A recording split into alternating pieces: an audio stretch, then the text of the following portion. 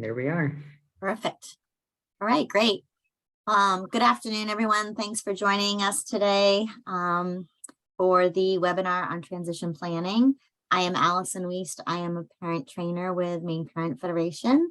I have been with Maine Parent since about 2017, initially as a family support navigator, and then more recently as a parent trainer. And I am also the parent of a young man, a 10-year-old young boy with an autism diagnosis. Dylan, would you like to introduce yourself? Thank you, Allison. So hi, everyone. My name is Dylan Campbell. I've also been with Maine Parent Federation since around 2017. I am a youth coordinator and a parent trainer here. So I work a lot with young people and their parents, specifically around transition. So you all came at a good day. And I just wanted to welcome everyone that are just arriving now. We will be recording today, so feel free to utilize the chat box, but keep in mind that we will be recording and posting this on social media. I recognize a few names in the attendees list, so welcome back to those who we've worked with before. This has been a rather requested training recently, so we're really hoping that this can be useful. If you do navigate over to that link there, I highly encourage you to download the booklet and follow along today. It goes pretty well with the slides, and we will go from there. So if I have any luck sharing my screen, it's there we go. You see that, Allison, fine? Yes, looks great. All righty. So as we begin here,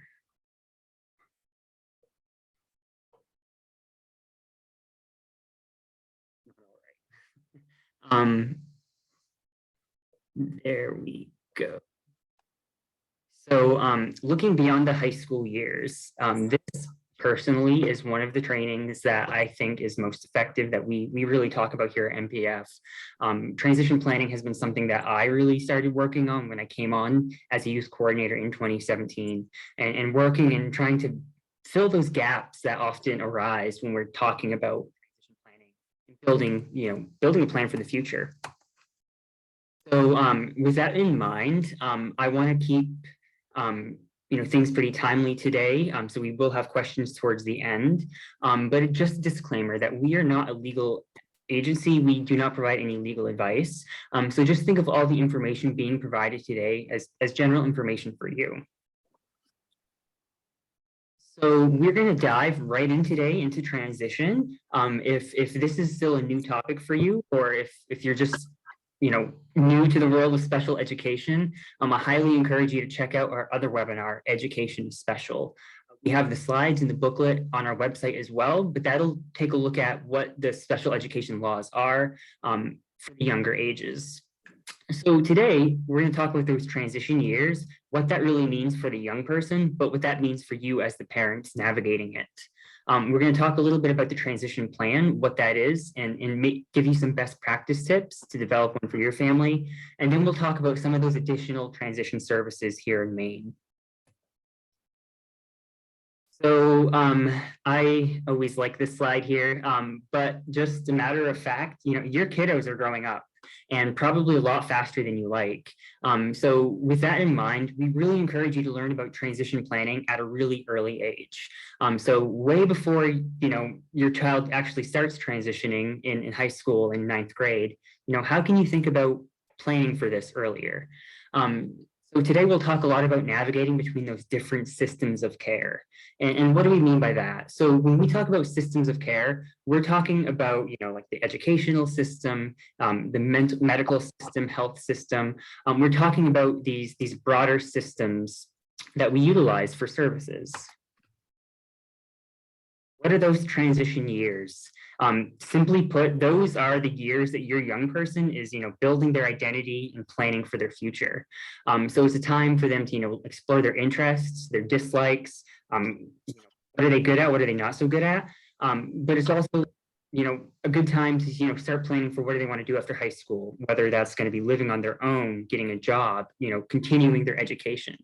and making mistakes and learning from those mistakes. So those transition years are really crucial for, helping build a plan for a successful future for our young people. In regards to a transition plan for our young person, in Maine, the transition to adulthood is when a young person completes high school and reaches the age of majority and is becoming an adult. So that is when a young person, has graduated or aged out of special education services, and they're navigating, that transfer of services from the children's system to the adult system. So there are a lot of moving parts, especially for families. So we're going to try to break that down a little bit today. But keeping in mind that every person is different, and every plan we build for them should really be based off of their values, what they want, and that should be individualized. So by law here in Maine, we are required to have a transition plan once that young adult turns 16 or enters 9th grade, usually whatever comes first there. But keeping that in mind, we can always start planning early, and we'll dive into it right here. But this transition that we keep talking about, this is a milestone for all young people. However, that can also mean, some additional barriers too. So after graduating or aging out, services are no longer accessed through the public school, Katie Beckett, or the Office of Child Family Services. This is what we're calling the children's system. Instead, they are accessed, if eligible, through the Social Security, Maine Care, and the Office of Aging and Disability Services. So that's the adult system. We often call this a cliff because without a lot of that prior knowledge, it can feel like a cliff for parents. The provider of services changes hands. There sometimes may not be a lot of guidance. So that can be often referred to as a cliff. But public schools are required to find and identify those students who need services.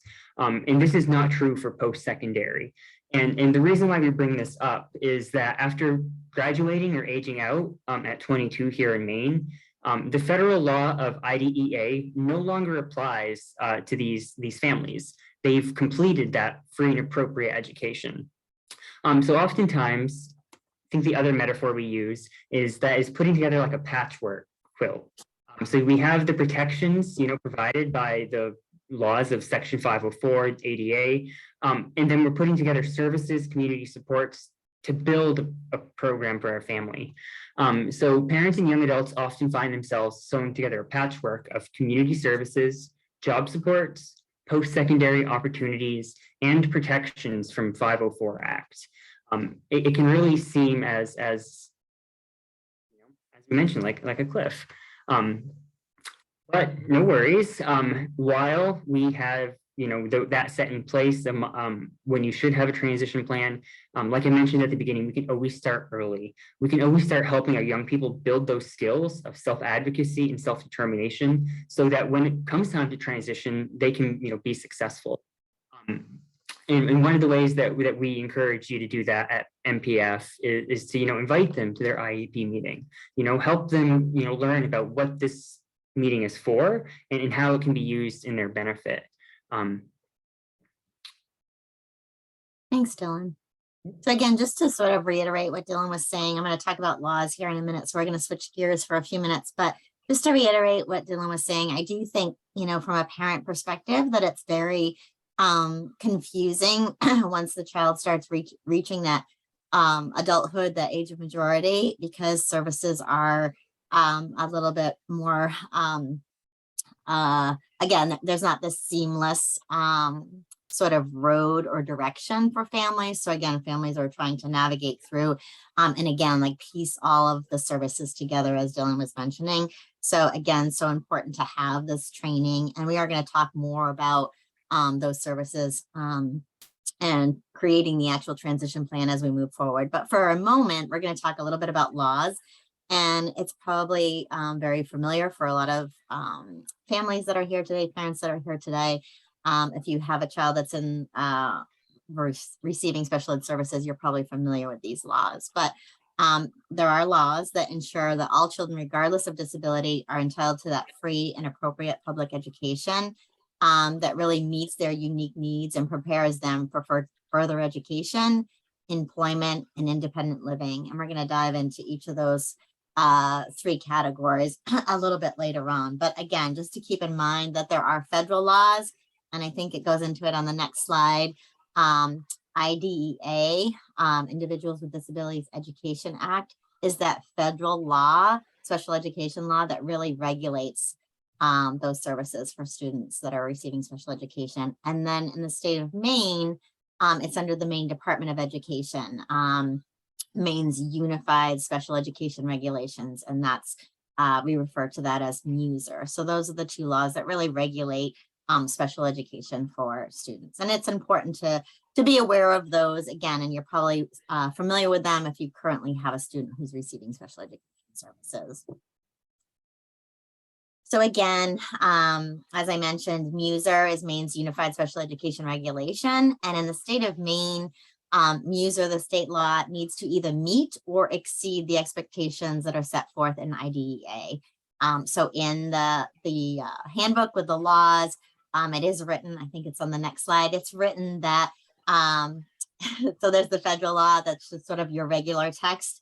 And then the language of MUSER, or the state of Maine's special education law, is in italics. And again, Maine must either meet or exceed those federal special education laws.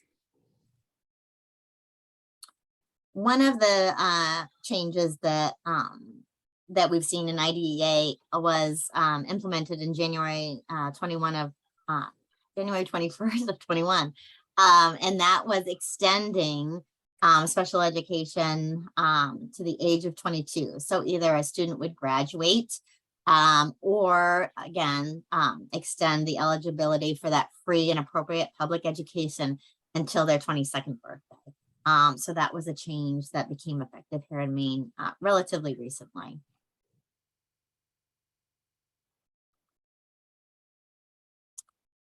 So again, talking a little bit more about laws, an IEP, which again, I'm guessing many of you are familiar with, is that individualized education program that is developed for public school age children who are in need of that special education, the services and the accommodations. And again, this is mandated by IDEA, that federal special education law. We also want to make note, because it really is important to understand, there's also 504 plans. So some students may not qualify for an IEP based upon diagnosis or other reasons.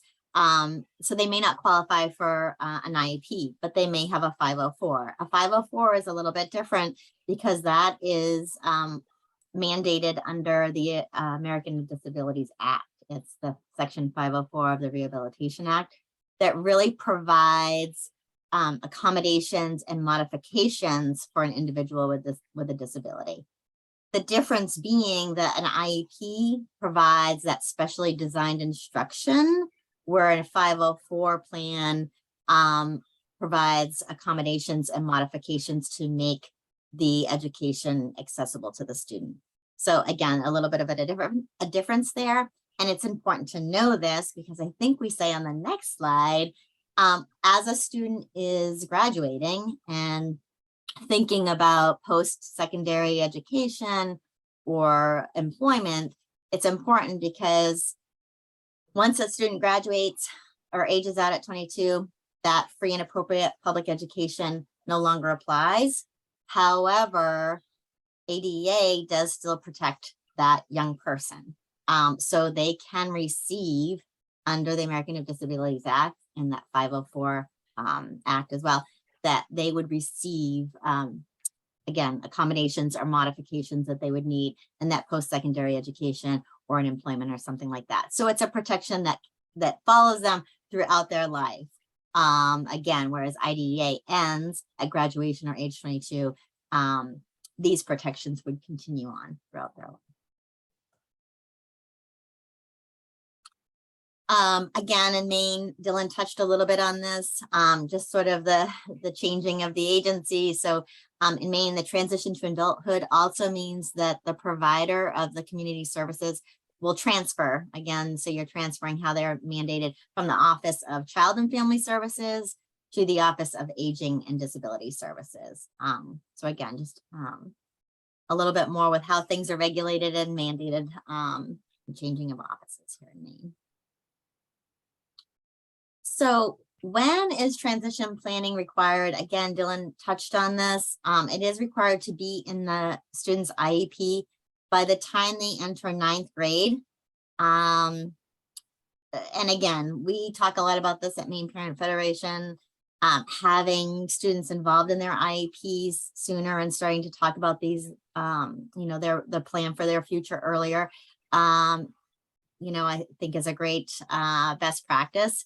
If a student is turning 16 prior to entering 9th grade, and the team determines it's appropriate, you can begin that transition planning earlier. And again, just keeping in mind that every student is different. Every student is unique in their strengths and their likes and their dislikes. So every plan is going to look different. And also equally important that parents and the students are at the table and really sharing their concerns, their ideas in the transition plan to really provide a really comprehensive plan that really meets that student's needs. Thank you, Allison. So under this transition plan, written into IDEA, there are what we call the 3 domains. And these three domains are essentially the areas of which we're going to be focusing on for writing goals for our young person. So those domains are education, employment, and independent living. So thinking of those 3 different areas, that's how we're trying to build our plan, our goals.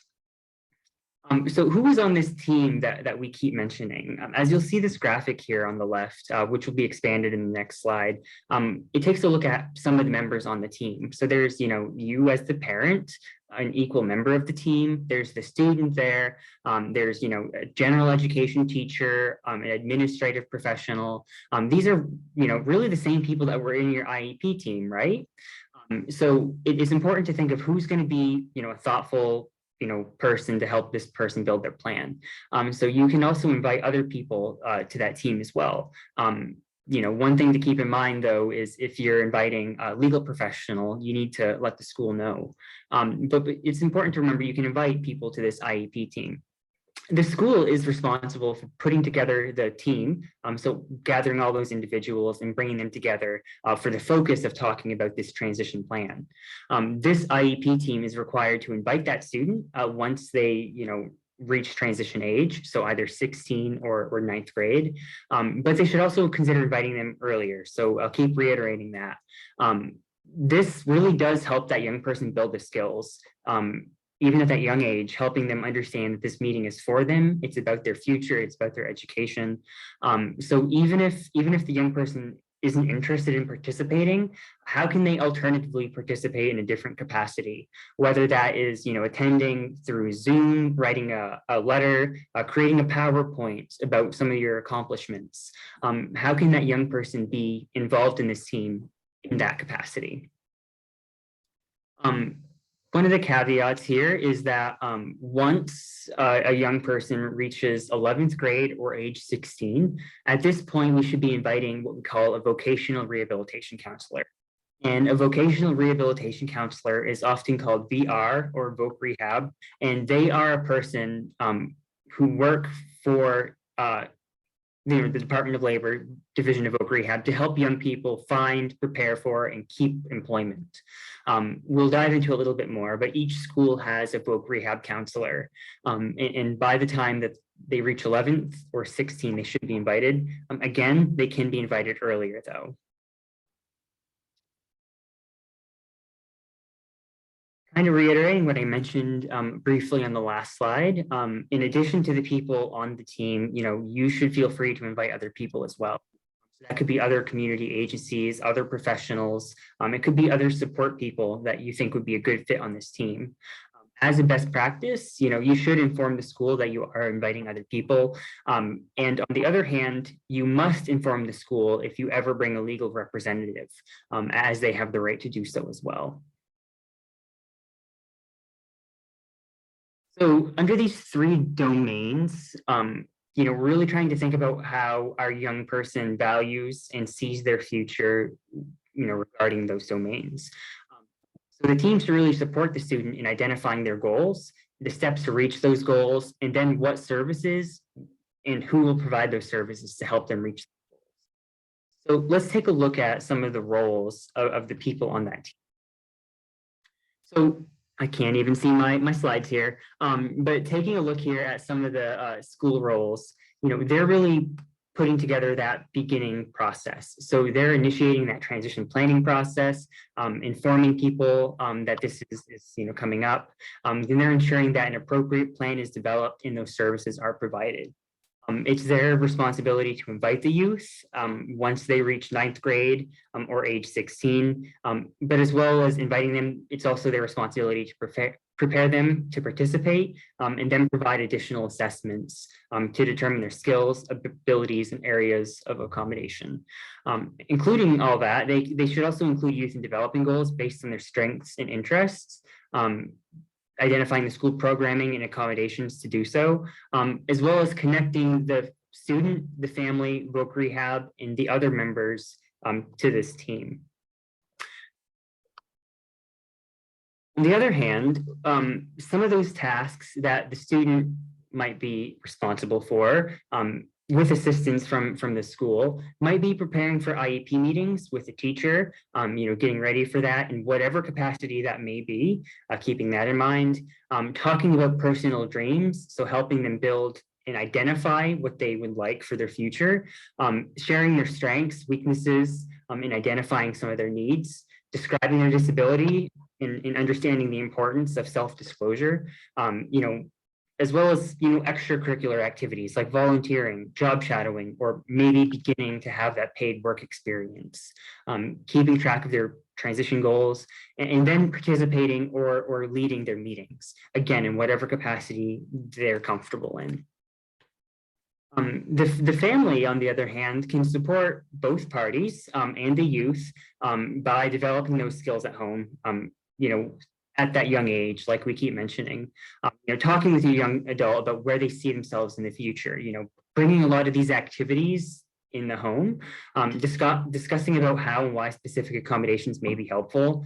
I think this one is rather important too, because it's important to help a young person and how their disability affects them and why we're doing all this first off, but attending IEP meetings to support the youth's goals, monitoring the progress, making sure that things are moving along, and then being familiar. So we're not expecting parents to be experts in any of this, but just being familiar with some of the key steps along the way here. Thanks, Dylan. It's you.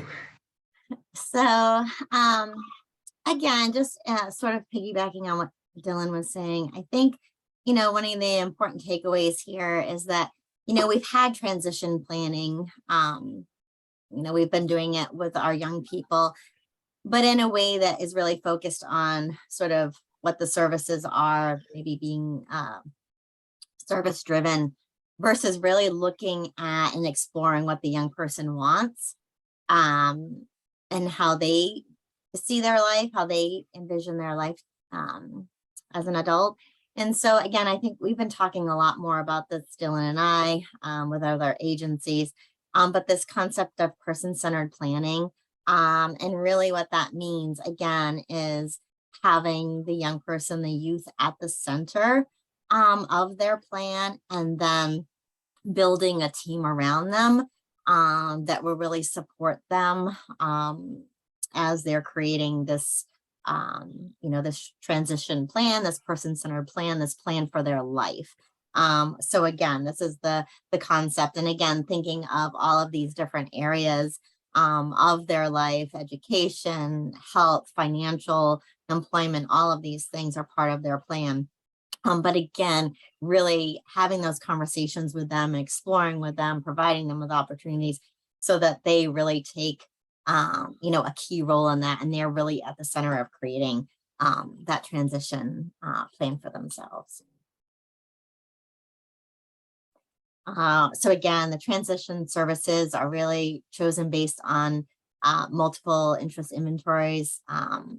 Typically, the school conducts these and is really looking to identify the students' interests, strengths, and needs. So again, really having them be the focus, being at the center to really determine what it is that they're good at, what they're interested in, and then also helping to identify what their needs are so that those supports can be provided so that they can be successful. Will really enhance and again create a really meaningful and successful transition.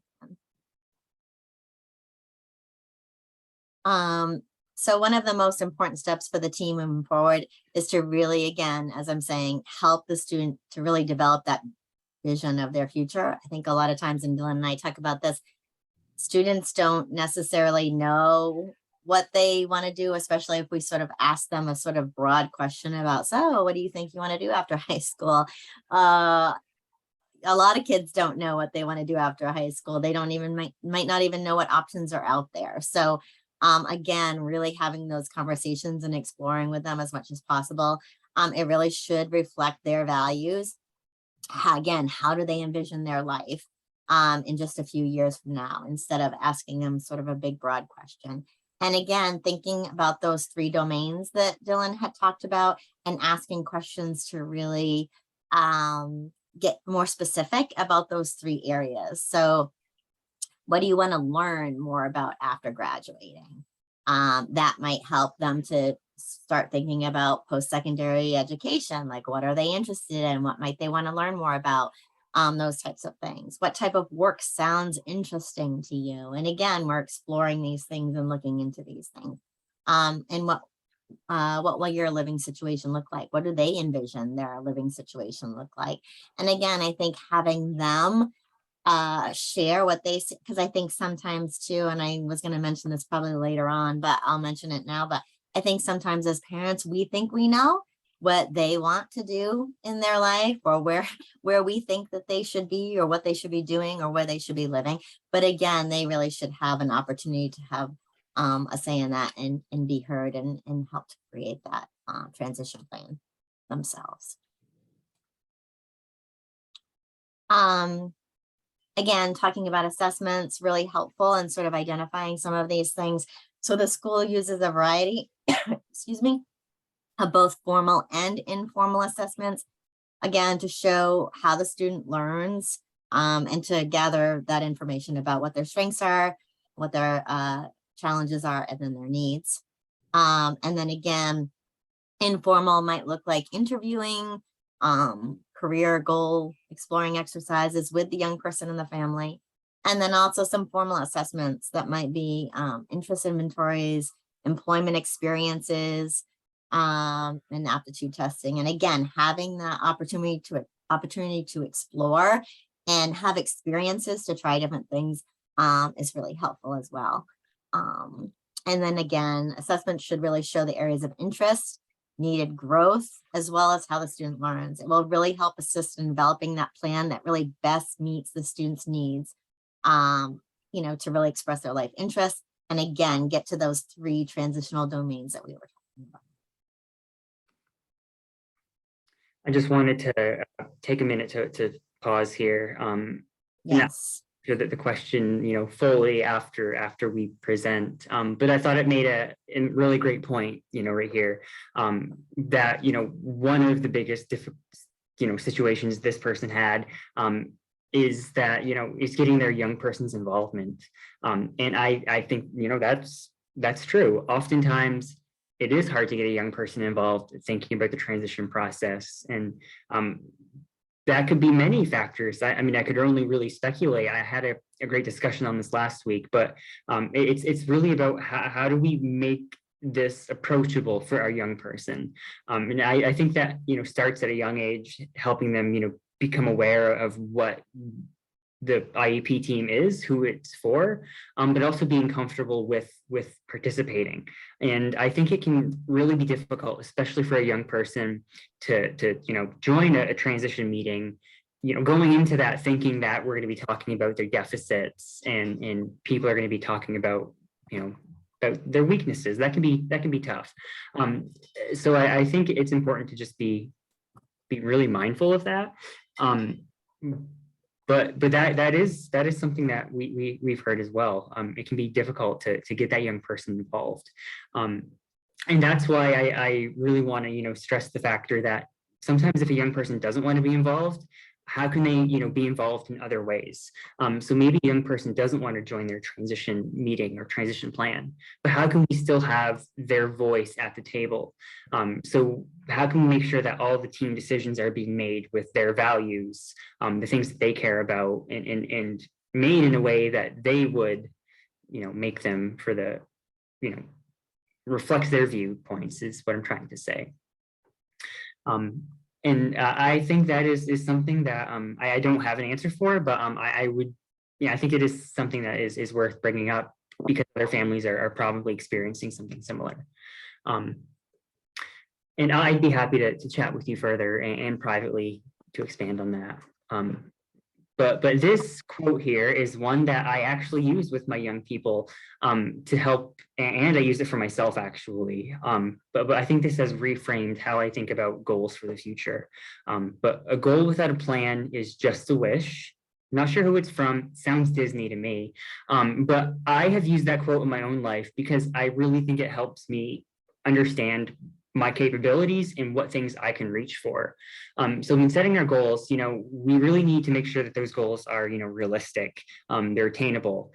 So we have an acronym that we use for this called SMART, and that stands for specific, measurable, attainable, results-oriented, and time-limited. So these are really the components of how you set a goal.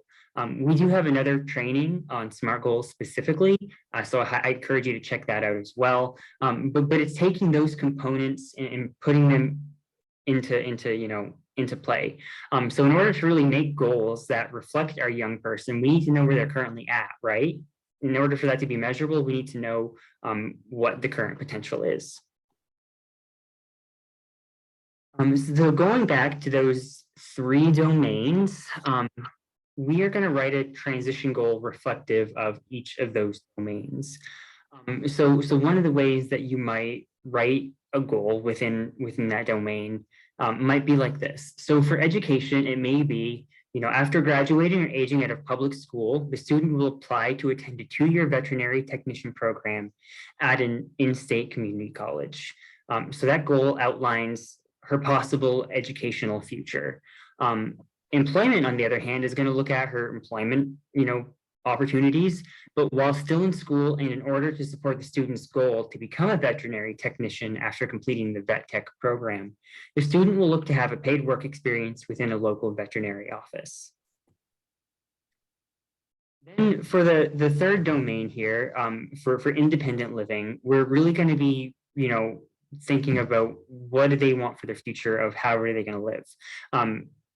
While attending the vet tech program, the student will live at home with their parents with the goal of increasing independent living skills to support living in an apartment with a roommate after completing the program. So each of these 3 goals are written within that domain. That is all based off of applied baseline. That's not the word I'm looking for. But we have a way to measure that, because we have taken a look at her goals, her future. We know where she's currently at, and we have, written a goal that reflects who she is as a person. And those goals will change as well. So we always like to say that this transition plan, it's not written in stone, it's a living document. And those goals that we mentioned, they're going to be changing as the student changes. So oftentimes, maybe earlier, when we first begin the transition plan, maybe those goals are rather simple. Maybe they're more geared towards, exploring interests and learning about yourself, while later on, maybe they're more specific and they're geared towards those specific, examples that we have mentioned previously. They're really going to be changing as the student changes, and we need to remember that and encourage that. So what are some of the ways for, or some of the ways that services that you might utilize? I at this point, I want to refer people back to the booklet at that link in the chat box. Towards the end of the booklet, you'll find a transition checklist. I think that is a great example of things to maybe remember and explore. But what are some of the things that your young person might utilize? These really need to be written clearly in the goal and identify who will be providing them. So that could include ways of building those self-determination and self-advocacy skills. Who's going to be connecting the individual with Voc Rehab for those employment opportunities? Instruction for life tasks, completing applications, identifying different clubs that the young person might be interested in, and then creating goals for that. So these Can are I just say, oh, sorry, Dylan. I thought you were, sorry, nope, Dylan. I am finished now. Are Sorry. you sure? No, keep going. Sorry, I feel bad.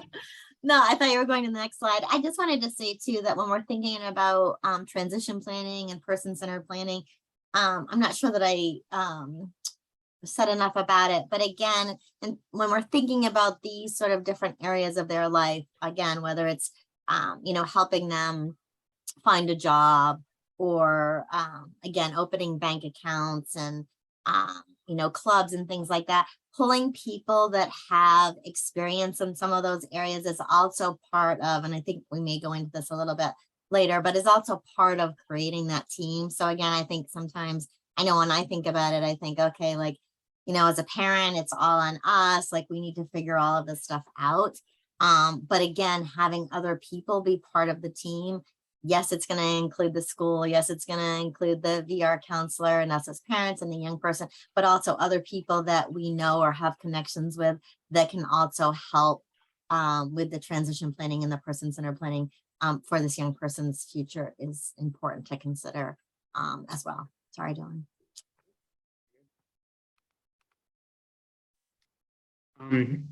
So the reason why we're really talking about this, and it's important to talk to your young person about this, is that, as they're becoming an adult, there are those changes that we had mentioned. And those changes happen when a person becomes an adult. Here in Maine, that's the age of 18. We also call this the age of majority. What that really means, though, is that that young person is now legally an adult. So therefore, that comes all the transfer of power of rights that you used to hold as the parent. So all the legal authority that you had in terms of like making decisions, that's now your young person. So it's important to, prepare for that change before the age of 18. So you can, prepare for, the switch of services that we had mentioned. But there is a notice that is sent out. So a year before the child turns 18, there will be a statement included in this transition plan that notifies parents of this transfer of rights. So when your child turns 17, you should be notified with a statement laying out what that really means for you as the parent. I skipped a slide there. No, I didn't. I just have these animations I keep telling Allison I'm going to remove. But it's really, I think this is an exciting topic to think about right now as well, especially as we've seen over the past few years. Work is changing. That means opportunities are changing as well. So our young people have more opportunities than ever, really. And then these jobs offer flexibility, with assistance from assistive technology and then job accommodations. It really is beneficial for that young person, and it can really help get those work experiences early. So earning a paycheck can be nice, but preparing for employment opportunities can be challenging. A student may not know what opportunities are available, what their skills or interests are. So services such as Voc Rehab can really help a young person. As I mentioned before, Voc Rehab, also known as Vocational Rehabilitation, is a program here in Maine under the Department of Labor. We have each school has a Voc Rehab counselor assigned, and they help young students really prepare for, find, and to keep employment. And that's important there, prepare for, find, and keep. So what they're really doing here is helping their young person develop plan for themselves based off their interests. This is called an IPE. So this is an individual plan for employment. It's not an IEP, it's an IPE. And this lays out their, different employment goals, and then how do they might want to go about that, whether that is, potential work experiences, job shadowing, visiting with employers. And I think one thing to mention here is when I keep mentioning paid work experiences, this is a program that they do that helps young people by partnering them with different businesses and agencies throughout the state to help them get that work experiences. It's different than job shadowing because they are an employee. They're actually being paid by the Department of Labor, but they're gaining that work experience. And I've heard some wonderful stories of the young person being hired and gaining employment in the long term from this program. We recommend reaching out or being connected with Voc Rehab around age 16. Keeping in mind, a Voc Rehab counselor should be invited to the team at 11th grade. But you can also, again, plan early for this as well. So here in Maine, we have what we call pre-ETS, which are pre-employment transition services. So even before the age of 16 or entering a transition plan, you can start building some of those skills of self-advocacy and determination through their pre-employment transition services program. Thanks, Dylan. So one of the other things that families are faced with, young people are faced with when they're becoming an adult, is Social Security, SSI versus SSDI. So I'm just going to touch briefly on the difference here and how it impacts a little bit. We also have another training that we have developed that we're going to be diving more into this. That'll be in December. But just sort of a brief overview. So SSI, which is Supplemental Security Income, is a federal program that provides monthly income to individuals who are older, blind, or disabled, and who have little to no income. So there's not much income or assets or anything like that. There's a lot of, financial guidelines. So children who are receiving benefits before the age of 18, once they become an adult, they have to reapply to determine whether they're eligible, again, under that adult criteria and the definition of the disability. So many families, again, are worried that a young person will lose their SSI by accepting a paying job. But the good news is that for people, all people, but also under the age of 22, there are protections in place so that a young person can keep at least some of their SSI benefit, as well as health insurance and other benefits. So there are these safety nets and protections in place. There's a student income exclusion, and there's some other work incentives. Again, we'll dive into that more in December. But there are safety nets in place so that a young person can be working and still receive some of their Social Security benefit. And then again, just to touch briefly, the difference, SSDI is Social Security Disability Insurance, and that is a program that provides monthly income and benefits to adults who have become disabled and are no longer to work. So this requires a person to have worked and contributed to the system.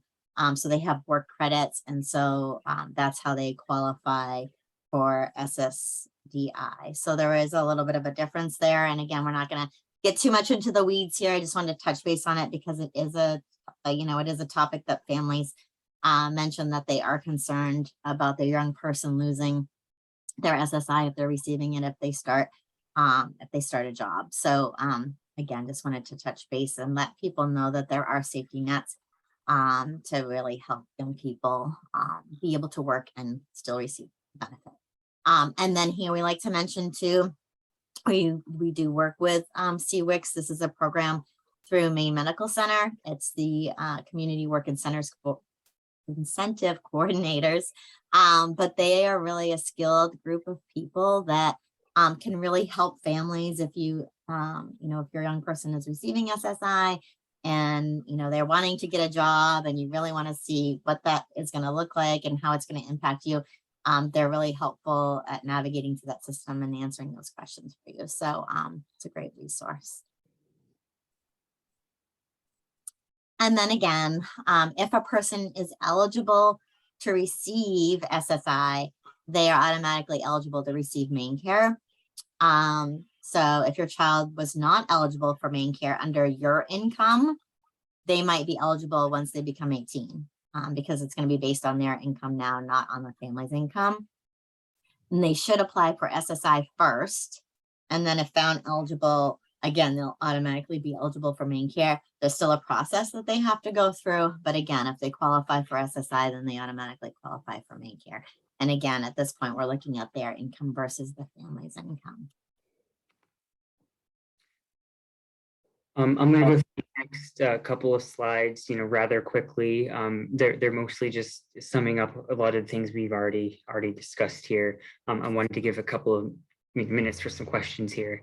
But just to clear up some of the confusion, just as Allison had really just mentioned just a second ago, if your child is receiving the Social Security benefits, main care, or Katie Beckett, they do not transfer over automatically once that child becomes 18. You do have to, reapply again under the appropriate provider. And then if your services wants, sorry, I said that as well. And then we encourage you to really just do that as soon as possible. This can be a long process. So just being aware that it is, and then applying early can just make it a little bit smoother. This is another best practice that we try to tell a lot of families is to get an adult case manager if you don't already have one. Make sure that they're really familiar with the rules, planning, and funding process of the adults. As we had mentioned before, the two services are vastly different, and often a children's case manager may not have the full knowledge of the scope of the adult case management system or the adult services system. This slide here, I think, helps sum that up rather well, but just being aware that they don't automatically transfer over. So just being, not expecting that, but then, being aware of the different eligibility criteria that come with this. This switches gears a little bit here. Oh, sorry. I think that's okay. No, we are going to switch gears a little bit. We sort of summed up that, but there is, a little bit more that we want to talk about in the time period that we have, which is like 10 minutes. But again, I think, again, one of the big questions for parents is what does the future look like for your family?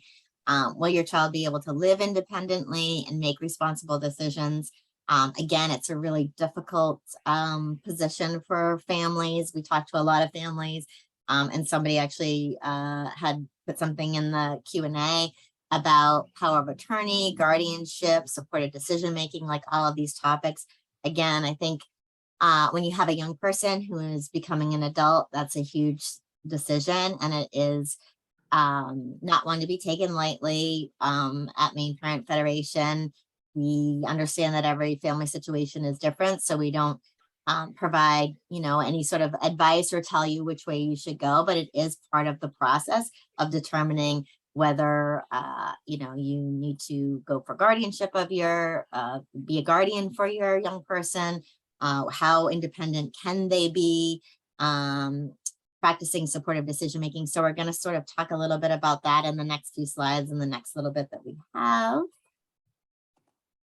And I am very quickly going through this because I really need Allison for a couple of these questions here. But we do have an entire presentation on this for supported decision-making.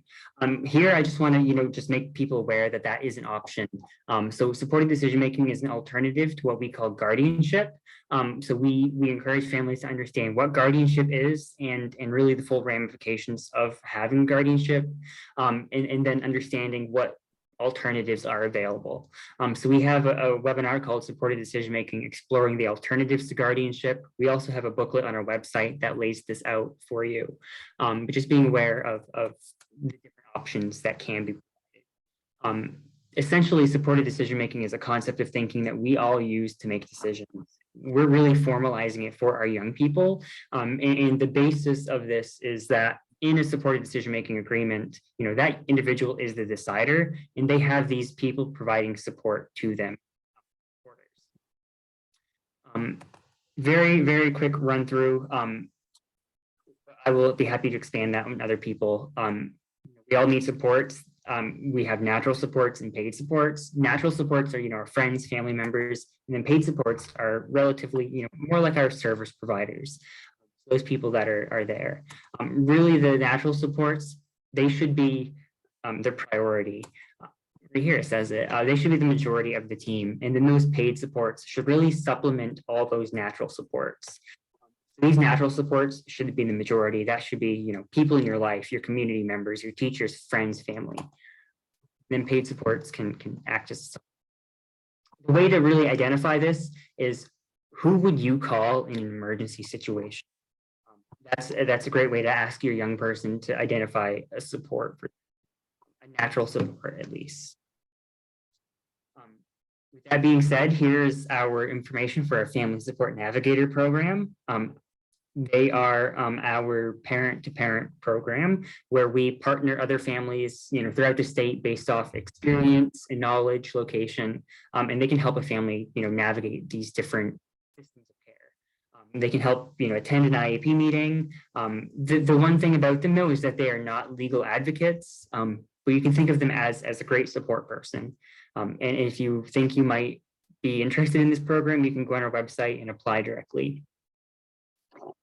So thanks, Dylan. I was like, you just did a run through at the end and I was answering questions that we have. But again, just quickly before I get into the questions, again, for families, I think the biggest, the takeaway here is, researching, again, asking those, just sort of looking at these questions, I wanted to just sort of in general answer, and then I'll answer each of them individually. But again, I think as parents, it's very confusing because again, our young person is becoming an adult. There's all these different systems to think about. And again, it does feel like it falls on us to sort of figure out, piece it together. So again, knowing that, main parent is here. If we don't have the answers, we will find the answers for you. It is a lot on families. One person was saying, like, we've contacted VR and we're not getting a lot of response. And so, and again, I think the systems are all really struggling with staffing and all of that. So, which again, not an excuse, but I think it falls on us as parents to really do the research and again, advocate for our young person and ask the questions and all of that. So, but again, we are here. The Family Support Navigator program, as Dylan had mentioned, is a great resource to help families one-to-one with some of those things. And then I'm just reading some of the questions. Can there be a gap in main care coverage at age 18 and how do I avoid this? Again, I think the biggest takeaway is being, once your young person is turning 17 or has turned 17 and they're starting to approach that age of 18, like you don't want to wait until their 18th birthday or the week before they turn 18. Like you want to start making those contacts with main care and really making sure that you avoid a lapse in coverage. Again, I do know that main care oftentimes will go back if for some reason there is a gray area or something like that. But again, being on top of it ahead of time is really important. And the same thing to the next question about case management.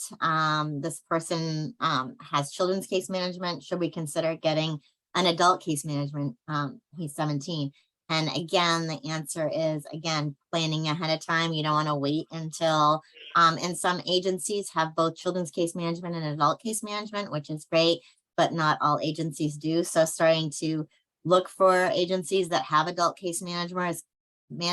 And then again, like there's wait lists, right? So again, doing that research, getting on a wait list if you need to, but starting to do all of that stuff so that you're not stuck when your young person is about to turn 18 and you're scrambling, trying to find an adult case manager and trying to ensure that they still have health insurance and all of those things. So anything else you want to say about that, Tony?